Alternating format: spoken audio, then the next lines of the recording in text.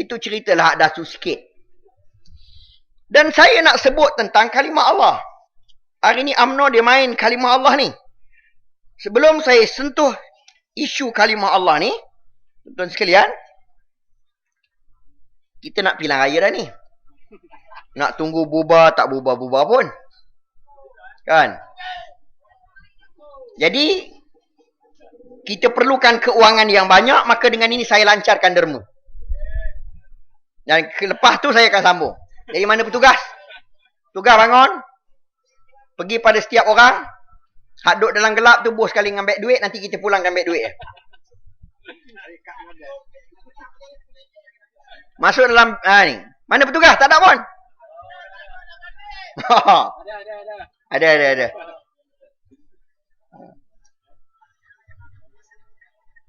Pergi pada setiap orang. Tuan-tuan jangan bimbang. Sebab tuan-tuan boleh tengok markas kita yang terbina. Itulah sumbangan daripada penyokong-penyokong kita. UMNO dia tak ada markas dia sendiri. Dia tumpang balai raya. Dia tumpang bangunan yang kerajaan buat. Besok kalau dia kalah besok, dia pindah. Tuan-tuan. Baik.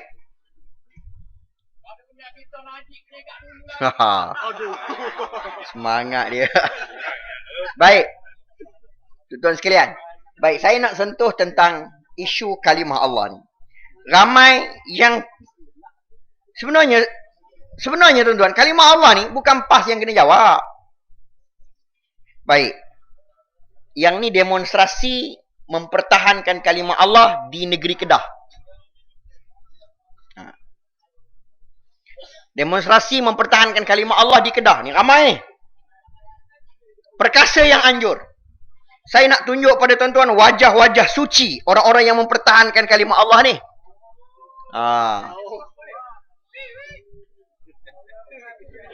Wow. Atas dada tu ada ALLAH, Allah. Kan? Baik. Ucapan Tuan Guru Presiden.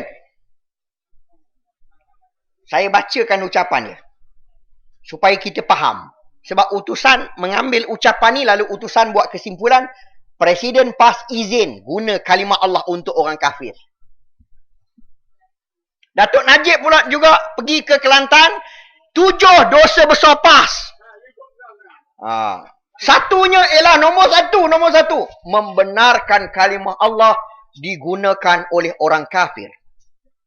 Malam ni tuan-tuan kena tahu isu ni apa sebenarnya berlaku. Baik. Tuan Guru Presiden kata Islam tidak halang penganut agama lain menggunakan kalimah Allah dalam amalan kehidupan mereka. Memang Islam tak larang. Sebab kalau orang kafir sebut hujan daripada langit Tuhan Allah yang turunkan. Perlu tak kita marah dan kita berbetulkan? Tak payah. Takkan kata, hei Acong, mu tak boleh khabar, mu tak boleh beritahu Tuhan Allah yang turunkan hujan. Sebab mu kafir, mu kena cakap Tok Kong yang turunkan hujan. Dengan kita sesat. Kan? Dia sebut Tuhan Allah. Okeylah. Tuhan Allah turunkan hujan. Okey, kita nak betulkan apa lagi? Betul dah. Jadi dalam konteks ini, hak Tuan Guru sebut, betul dah. Tambah pula Al-Quran sebut wala in sa'altahum man nazzala minas sama'i ma'a fa ahya bihil armin ba'di mautiha la yaqulunallah qulil hamdulillah bal aksarahum la yaqilun. Allah kata, sekiranya engkau tanya kepada orang-orang kafir, siapakah yang menurunkan hujan daripada langit lalu hidup tumbuh-tumbuhan, orang kafir ini jawab Allah. Lalu Allah kata apa? Qulil hamdulillah, ucapkan syukur kepada Allah. Di atas pengakuan itu, cuma mereka tak gunakan akal. Sebab ada orang kafir, kalau kita tanya, siapa turunkan hujan? Dia kata, ini semula jadi. Air daripada bumi diserap naik ke atas, berkumpul, tiba masa, turun hujan. Ada orang kafir macam tu? Orang kafir jenis macam tu, tak percaya ke Tuhan langsung tu. Kan? Ada orang kafir jawab, Allah yang turunkan hujan. Okey. Kan? Baik. Ada orang UMNO lah. Dia kata, tak kira Ustaz. Saya berpendapat tak boleh, walau apa keadaan sekalipun, orang kafir tak boleh sebut, tak boleh guna nama Allah. Baik, saya nak tanya tuan-tuan sekalian. Kan? Ni. Yang ni lambang polis. Logo di atas biasa buh atas kepala ni kan. Kat topi dia. Ada nama Allah dan Muhammad pada logo topi polis tu. Topi ni dipakai oleh anggota yang bukan Islam. Polis ni bukan semua orang Islam. Ada yang bukan Islam. Hak bukan Islam pakai topi ni. Dah tu buat apa tak buat demonstrasi depan balai polis. Kan? Dah orang kafir guna kalimah Allah ni kan? Jadi maknanya dalam konteks ucapan Tuan Guru ni, Islam tidak halang penganut agama lain menggunakan kalimah Allah. Kita dah jadi amalan sebelum pada ini, kita tak pernah larang pun. Sebab tidak ada unsur salah guna. Bila tidak ada unsur salah guna, tak apa. Dia nak pakai topi. Tak ada unsur salah guna, pakai. Dia nak nyanyi lagu negeri. Orang kafir nyanyi lagu negeri Pahang. Ni lagu negeri Pahang ni. Kalau orang kafir nyanyi lagu negeri Pahang. Ya, lagu negeri Pahang. Ya Allah yang Maha Kuasa, lanjutkan usia ke bawah duli yang Maha Mulia. Tuan-tuan, orang kafir nyanyi. Tak jadi salah. Sebab tidak ada unsur salah guna. Di sekolah pun sebelum pada ini dah nyanyi lagu ni. Di sekolah yang bercampur murid Islam dengan bukan Islam. Saya sekolah SMAK, Sekolah Menengah Abdul Rahman Talib Kuantan. Kami masa perimpunan, ada Cina, ada India, ada Bengali. Sebelah saya, kawan baik saya Bengali. Tuan-tuan, dia nyanyi. Takkan cikgu nak kata murid-murid sekalian, kita nyanyikan lagu negeri Pahang. Bagi murid-murid Islam, sebutlah nama Allah. Bagi murid yang bukan Islam, sebutlah nama Tuhan masing-masing. Jahannam lah lagu tu. Kan? Hilang rentak yang tu sebut Maharaja Dewa Berata apa benda. Dia akan sebut habis semua. Jahannam lagu. Maknanya orang bukan Islam sebelum pada ini nyanyi lagu Pahang. Tak jadi masalah pun. Tuan-tuan. Ni, lagu negeri Terengganu ada nama Allah. Lagu negeri Johor ada nama Allah. Lagu negeri Perak ada nama Allah. Lagu negeri Selangor ada nama Allah. Lagu negeri Kedah, lagu negeri Kelantan ada nama Allah. Maka atas apa yang telah kita amalkan selama ini, apa masalah dengan ucapan Presiden PAS? Presiden PAS kata Islam tidak halang penganut agama lain menggunakan kalimah Allah dalam amalan kehidupan mereka. Kita dah terima pun sekarang. Kita tak pernah larang pun dia. Kita tak pernah minta kerajaan sila tukar lagu negeri. Jangan ada nama Allah dalam lagu negeri. Kita tak pernah minta pun. Tuan-tuan. Dan perenggan yang kedua yang Tok Guru sebut, yang ni utusan tak ambil. Apa yang Tok Guru sebut? Tok Guru kata, kalimah Allah tidak wajar disalahgunakan oleh pihak lain terhadap masyarakat Islam sehingga menimbulkan kekeliruan. Yelah. Kan? Apa sahaja penggunaan kalimah Allah yang boleh menimbulkan kekeliruan, Islam larang. Baik. Kalau sekiranya ada orang yang cuba menimbulkan kekeliruan atas kalimah Allah ni, siapa yang bertanggungjawab yang perlu perbetulkan? Adakah PAS? Kerajaan lah, pasal dia ada kuasa. Kalau orang kafir salah guna nama Allah, kamu ada kuasa. Kamu ambil tindakan undang-undang lah. Berapa salahkan PAS pula? Ke berasa tak merintah dah? Kalau berasa tak merintah, senang serah pada kami. Biar kami merintah pula. Tuan-tuan, UMNO cakap macam dia tak perintah. Macam dia tak memerintah sekarang. Tuan-tuan, dia mengaku kalah awal. Baik, saya sebut pada tuan-tuan sekalian.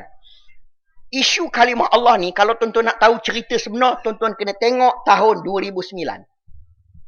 Tahun 2009, ni, surat khabar ni nama Herald the Catholic Weekly. Surat khabar ni bahasa Inggeris, bahasa Tamil, bahasa Cina. Dia nak terbit bahasa Melayu. Sebab penganut Kristian di Sabah Sarawak ada orang Melayu. Ada yang tak boleh berbahasa Inggeris. Maka dia mohon dengan Kementerian Dalam Negeri. Kan? Dia mohon dalam Kementerian Dalam Negeri, dia mohon. Kementerian Dalam Negeri bagi lesen. Keluar. Penerbitan pertama dia guna nama Allah ni. Sebaran sabda Allah melalui lagu. Lalu Kementerian Dalam Negeri hantar surat larang. Tak bagi guna. Kan? Masa tu Syed Hamid Albar. Awak tak boleh guna. Surat tu ditandatangani oleh Syed Hamid Albar. Penerbit ni tak puas hati. Sebab dia kata, masa kami minta permit, kamu tak letakkan syarat.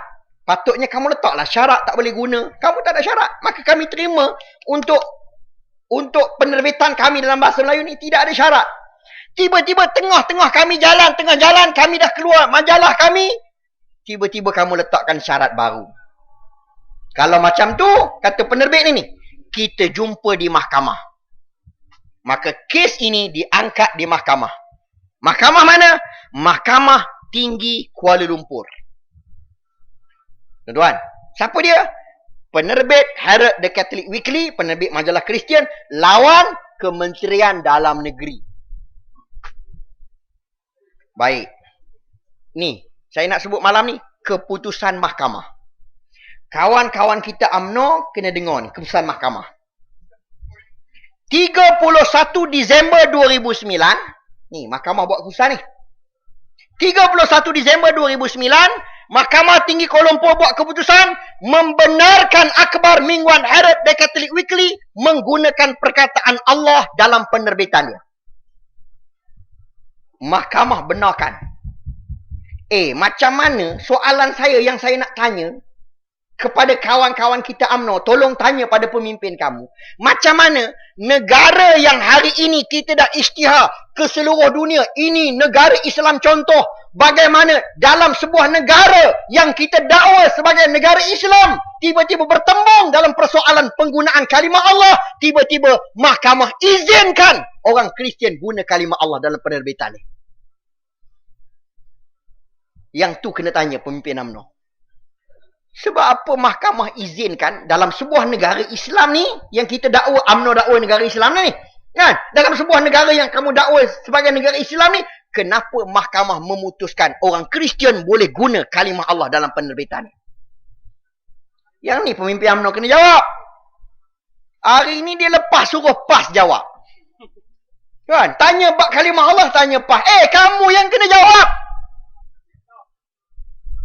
Kenapa mahkamah buat keputusan yang tidak menguntungkan Islam? Kena jawab. Baik. Tuan-tuan tahu tak hakim? Malam ini saya nak tunjuklah hakim yang membicarakan kes ini.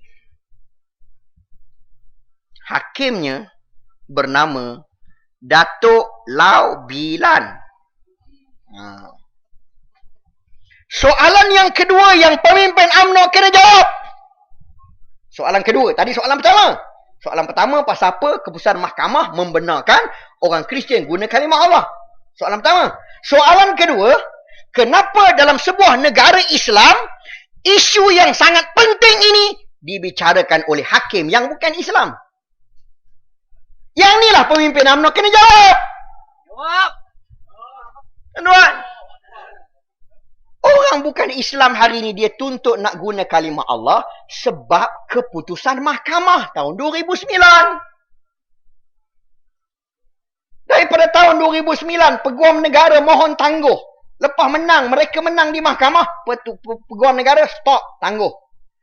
Untuk apa tangguh? Untuk dibicarakan di mahkamah rayuan. Sehingga malam ini, mahkamah rayuan tidak pernah dipanggil untuk membicarakan kes ini semula. Maknanya apa? Bila mahkamah sampai malam ini tak membicarakan balik kes ini, maknanya UMNO setuju dengan keputusan mahkamah tinggi. Kalau betul lah UMNO ikhlas nak pertahankan kalimah Allah, dah kalah di mahkamah tinggi, cepat-cepat pergi ke mahkamah rayuan, perbetulkan balik keputusan. Tuan-tuan, bila rakyat tak ada maklumat isu ni, dia datang masuk kampung, dia tipu orang kampung. Jadi tolong ingatkan pada penceramah UMNO. Kamu nak masuk kampung, kamu nak cerita bab kalimah Allah, kamu jawab soalan saya dulu. Itu baru 2 soalan. Ada soalan lagi? Baik. Ni hakim-hakim di Mahkamah Tinggi Kuala Lumpur. Hakim-hakim Islam. Tahun 2009. Ni hakim tahun 2009. Ada sebahagian dah pencen dah. Kan? 18 orang. Nak hang macam mana? Kalau tak percaya pada pakai tudung sebab nampak macam muslimat pas, ambil tak pakai tudung. Mudah ya. Tapi tak pakai tudung, mana tak percaya. Tuan. Baik. Sebab kalau hakim Islam membicarakan kes ini, saya yakin keputusan berbeza. Kan? Sebab hakim Islam ni sekurang-kurangnya dia ada panduan. Panduannya apa? Keputusan majlis fatwa.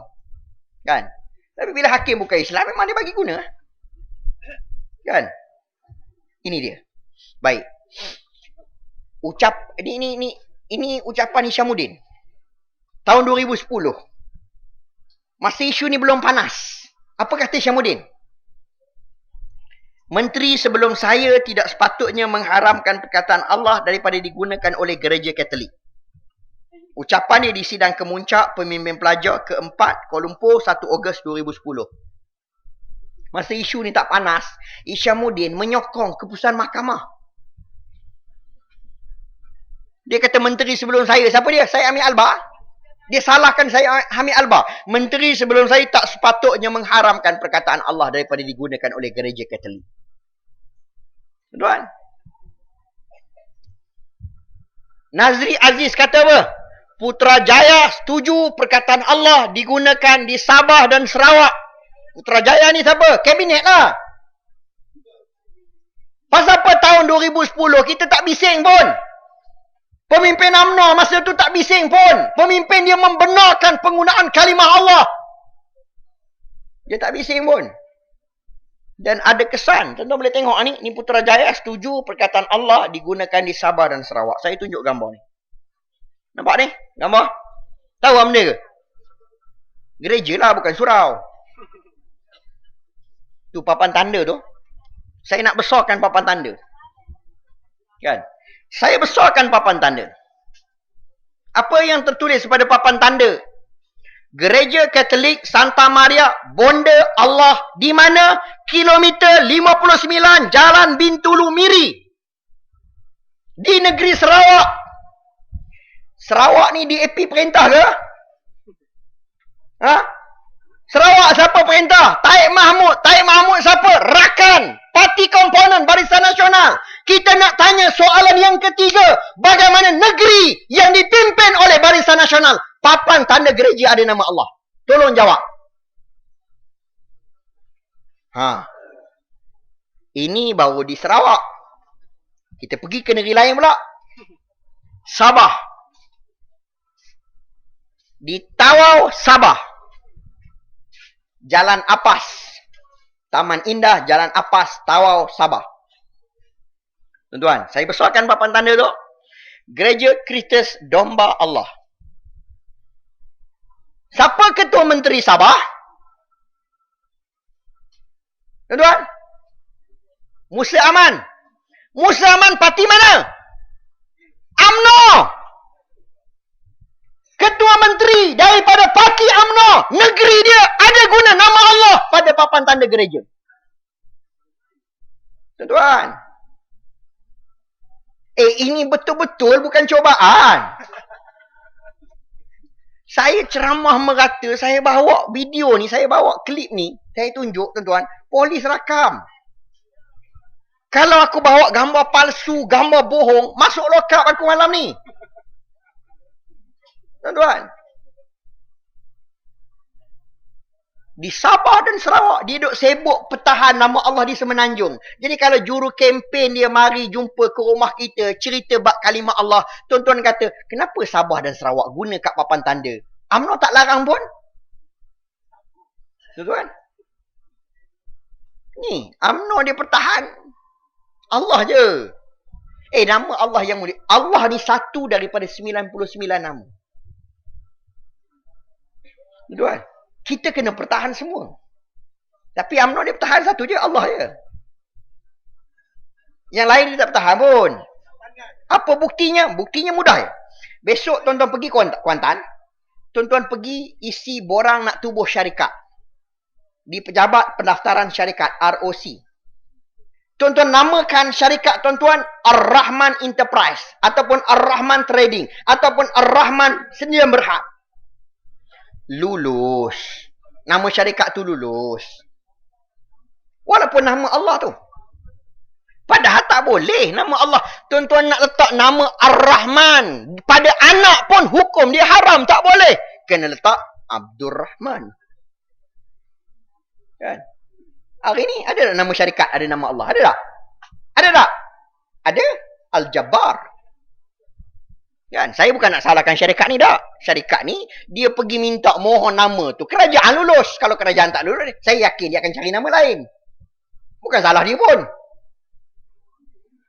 Tapi tak bertahan. Tuan-tuan. Baik. Kemudian yang kedua. Ni bab Bible. Orang duk timbulkan. Dia kata, makcik, sekarang ni dah ada Bible bahasa Melayu. Edar pada pelajar-pelajar sekolah. Kan? Bahaya dah kita Islam ni. Saya nak sebut pada tuan-tuan. Kalau nak cerita bab Bible ni, saya nak ingatkan pada tuan-tuan perkara yang berlaku pada tahun 2011, bulan April. Masa tu sejumlah 35,000 naskah Bible bahasa Melayu masuk ke pelabuhan Kelang dan Kuching. 35,000 naskah. Bible ni bahasa Melayu cetak di Indonesia. Bawa masuk ke Malaysia. Sampai di pelabuhan, kastam tahan. Kastam tak bagi masuk. Ustaz, kastam ni semua orang Islam, dia tahu lah. Dia tak bagi masuk. Bila ditahan, disita di pelabuhan Kelang, antara yang bantah ialah MCA. MCA bantah. MCA mahu kerajaan segera lepaskan Alkitab. Alkitab tu, kitab Injil bahasa Melayu tu lah. Chua Soy Lek beri amaran. Kerajaan kena selesaikan segera. Akibat daripada desakan Chua Soy Lek ini, Datuk Najib telah lantik Idris Jala sebagai orang tengah untuk berunding. Selesaikan masalah kitab Injil ni. Idris Jala agama Kristian. Orang Sarawak. Tuan-tuan. Elok sangatlah. Memang selesai sungguh. Kan? Baik.